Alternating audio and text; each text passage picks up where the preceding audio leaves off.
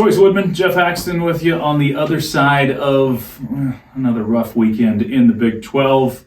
Texas Tech falls to Baylor, and it wasn't pretty. Did pretty well during one half, but unfortunately that's what we've seen a lot this season is that Tech can play a half pretty well, but not a complete game. Yeah, Jekyll and Hyde, you've been ahead on the road at half at TCU, at Texas, at Kansas State. You're only down by 4 to Baylor.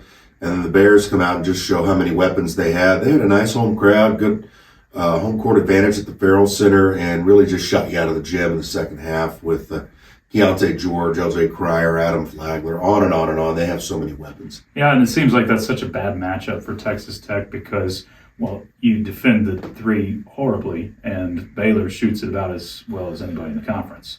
You have to run that team off the three-point line, and Tech just couldn't do it. They just kept getting good looks. And one thing that the Red Raiders could not do was stop runs. Yep. Once that crowd got into it, once the juices got flowing and the Baylor players, especially with the return of Jonathan Chachawa, which is really bad timing for Texas Tech, because as soon as his foot hit the floor, the place erupted. Yep. Right? I mean, they just love that guy. And if you don't know, he'd been out for a year and finally got to come back. And when he comes back, it's against Tech. It was a bad setup. Yeah, and another bad sign from the game.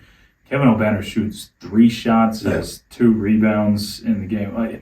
These are numbers that you just can't have.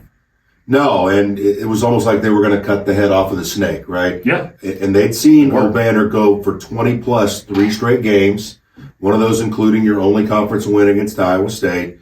KO had been doing some great things, and they put a lot of emphasis on guarding him and just trying to make somebody else beat you. Yeah. And Texas Tech didn't have that somebody else. Next up for the Red Raiders, a very hot Oklahoma State team from Stillwater.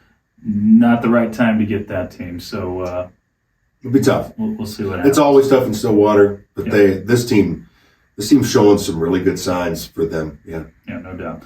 That will be on Wednesday nights, and you'll hear Hax and Chris Lovell on the call. For Geoff Haxton, I'm Chois Woodman for the Double T Sports Network.